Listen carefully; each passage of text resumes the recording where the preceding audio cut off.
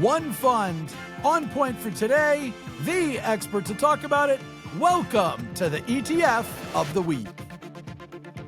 Yes, it's the ETF of the Week where we examine trending, new and newsworthy, unique and intriguing exchange-traded funds with Tom Lydon, Vice Chairman at VettaFi. And the VettaFi.com site has a suite of research and tools that's going to make you a savvier, smarter, and better investor in exchange-traded funds. Tom Lydon, let's get after it. How are you, Chuck? I am well, but I need to know your ETF of the week is the Amplify Online Retail ETF, ticker symbol IBUY. It's the IBUY, IBUY. It's the Amplify Online Retail ETF. Now, you know, Tom, I don't think about the online retailers that much in August, right? That's other than like tax-free weekend here in Massachusetts or what have you. I'm not thinking of this as shopping season. But that's coming. So is this about what we're going to see later in the year? Is this about the health of the consumer? What's going on that makes IBUY the fund that you would buy now? Chuck, you mean you didn't buy like a straw hat on Amazon, or you didn't get some sunscreen mailed to you via CVS or anything like that this summer? Yeah, Tom, if I don't go shopping, I would never leave my house. So just to be able to get out and stretch my legs, I actually shop in person. I'm not the online buyer for a lot of things. Okay, I will tell you this, and I don't want to get derailed here, but my wife and I are thinking about going to Europe in the fall. We picked out a couple countries. I went online to Amazon at 11 o'clock. By 2 o'clock, Amazon had delivered 2 travel books that I ordered. It's amazing. So look, online shopping is not getting less. We know it's getting more. I know, especially with my wife and kids, we've got stuff arriving all the time. Stuff you would normally have to jump in the car and go and get. Know that it can come directly to your house in so many different ways. So look, online buying just a couple years ago was single digits as far as overall retail sales. Now it's approaching 20%, and obviously COVID had a lot to do with that. We also have just heard last week a lot of retail sales numbers. Home Depot, Target, Walmart, all relatively really, really good. And the idea that even though we've seen inflation, the Fed's done a good job of fighting inflation with higher interest rates.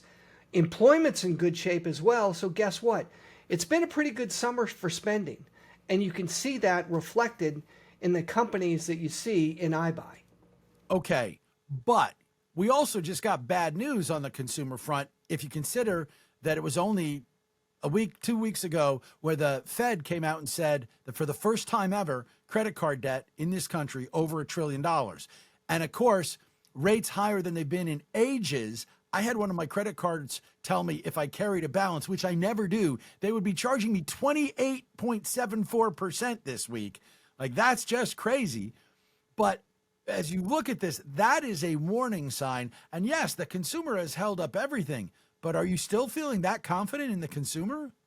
Well, when you look at consumers, it's a tale of two cities. Unfortunately, you kind of have the haves and the wish I haves. There are a lot of folks that are coming out of school. They're getting into the workplace.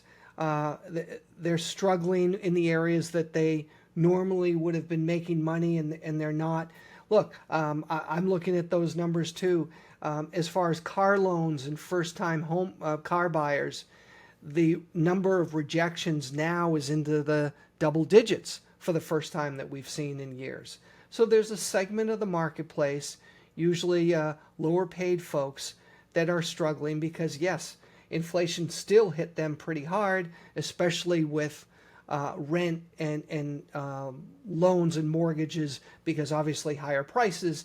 If they're buying a new home, those payments are going to be greater. However, the vast majority of Americans out there still with solid jobs and solid prospects in business and their income stream, they're spending a lot more and kind of making it up for the less end paid of the consumer segment. So look, I think this is something that we have to continue to watch. The other trend that we see in place is the stocks that had been beat up in this area for online shopping have had a pretty good recovery, back above their 200-day average again. When you look at that segment, areas like Uber, for example, that stock's up almost 75% year to date, meaning that more people are getting out, more people are spending. So it's important to take into account it's not just one brush that paints the whole consumer marketplace. There's segments that are involved here. It's true. And yet at the same point, this is a really interesting thing. Tom, I'm not calling you old or any older than me, but the fact is that you and I both remember back to the age of the internet, when the internet was dawning. And at that point, people would say, oh, we've got an internet fund. And it was any store that had, or any stock that had a website. So Barnes and Noble, because they had barnesandnoble.com, was considered an internet stock the same way that Amazon was, even though they most assuredly were not the same thing. And in this case, you are looking at things like Home Depot and Target and Walmart. I don't think that anybody looks at a Walmart or a Home Depot or a Target and says, that's online retail. Oh, I can go there to do online. But the bigger question to me is, when we talk about these being online, I mean, who are we eliminating? Just the Bed Bath & Beyond, which was bricks and mortar and went bankrupt, but it had a website. So how much is this fund like digging in and getting you that pure play that people used to talk about? How much of it is, it's a retail ETF? Yeah, well, what's surprising, I brought up those companies because they just reported earnings last week, and they were, in general, pretty good. But no, the majority is in-house shopping for sure. But you look at other companies, 1-800-Flowers, eBay, DoorDash, Carvana, where most of their income is online.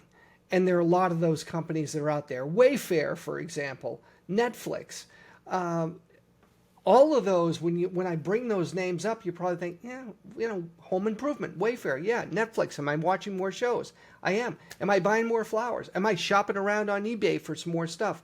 It just seems that business in those areas are good. During COVID, it was a little bit unsure. People kind of held back. But today, they're spending again. And with that, especially with some of those stocks that were down 60, 70, 80%, some almost 90%, you're still in a position to maybe buy at lower levels, especially while the trend's in place. But if you're concerned about volatility, look at that 200-day average. Don't put a lot of money in there, maybe 3 to 5%. And if it goes below its 200-day average, Chuck, you can pull the ripcord and sell, and then put that money back in cash. But what we know is a lot of money is on the sidelines. A lot of people have money in cash right now. Well, I'm glad you answered the 200-day moving average question before I talked about it, because even among the names that you're talking about, Wayfair, interesting shopping site. Ooh, that's a balance sheet that other guests that I talk with all the time on my show have been very negative on, and even some of the other names. It's retail. There's not a lot of margin, so that's the interesting side. But again, making it a 200-day moving average play makes a lot of sense. Where is the money coming from? Chuck, what we've talked about is the money that's on the sidelines. There's $6.2 trillion on the sidelines. JP Morgan, they say 32% of all the money they manage is in cash right now. It's amazing. Morgan Stanley, 28%. A lot of people have high cash positions just because there's a little uncertainty in the marketplace. We still have higher inflation, and there's still some concern about earnings going into next year. Might we hit a recession? That type of thing. So pick your spots. Here's a spot that's trending upwards right now, and it had been crushed in the last couple of years. So you always want to look at those opportunities where you may be able to buy low, ride that trend for a while, and if it gives you some appreciation, great, grab it and put that money in your pocket. It's the IBUY, IBUY, the Amplify Online Retail ETF, the ETF of the week from Tom Lydon at VettaFi. Tom, great stuff as always. Look forward to the next one already. Thanks, Chuck. The ETF of the week is a joint production of VettaFi and Moneylife with Chuck Jaffe. And yeah, that's me. And you can learn all about my hour-long weekday podcast by going to MoneyLifeShow.com or by searching wherever you find your favorite podcasts. And if you're searching for more information on exchange-traded funds, make sure you check out VettaFi.com. They have a suite of tools there that is going to help you make you a better, savvier, smarter investor. They're on Twitter at Vetta_Fi, and Tom Lydon, their vice chairman and my guest, he's on Twitter too. He is at Tom Lydon. The ETF of the week is here for you every Thursday. Ensure you don't miss any of our episodes by following along on your favorite podcast app. And we'd love to hear from you. If you've got questions and you want to submit them, send them to Chuck at MoneyLifeShow.com, and maybe they'll show up in a future edition of the ETF of the week. The next edition, that's next Thursday. We'll see you then. And until then, happy investing, everybody.